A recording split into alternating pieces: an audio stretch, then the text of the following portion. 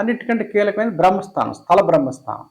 అలాగే మీకు ఒక స్థలం ఇండిపెండెంట్ హౌస్ కట్టినట్టయితే మన గృహాన్ని కూడా అలా విభజించుకోవాలి, స్థలాన్ని విభజించుకోవాలి. గృహానికి కూడా ఒక బ్రహ్మబిందువు ఉంటుంది, సెంటర్ పాయింట్ ఉంటుంది, స్థలానికి ఉంటుంది. ఆ రెండు కూడా మనకు ఆ రెండింటిలో పిల్లర్స్ రాకుండా జాగ్రత్త పడటం అనేది మన వాస్తుశాస్త్రం చెప్పిన ప్రధాన అంశం.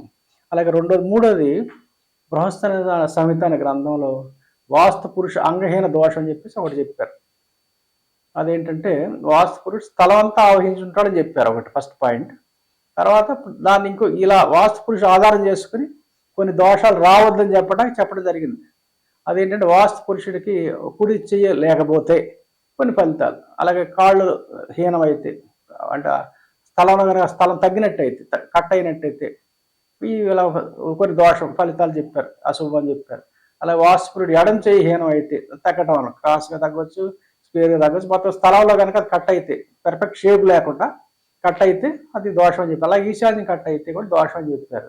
అయితే ఈ మూడిటి విషయంలోనూ వాస్తు పురుష ప్రస్తావన వస్తుంది. అవి ఒక ఇంట్లో ఉండే ఒక దోషాన్ని, ముఖ్యమైన దాన్ని తెలుసుకొని జాగ్రత్త పడటం కోసం చెప్పారు. రెండో దోషం రాకుండా ఉండటం కోసం చెప్పారు. అంతే వాస్తు పురుషుడు కాన్సెప్ట్. అంతే తప్ప ఇంకా ఒక మనిషి కాదు, ఆయన అటు ఇటు తిరుగుతారు అట్లా అని చెప్పారు, వేరే కరెక్ట్ కాదు. ప్రాచీన గ్రంథాలు అయితే స్థిర వాస్తు పురుషుడి గురించే చెప్పారు, అంతకన్నా ఎక్కువ ఏం చెప్పలేదు.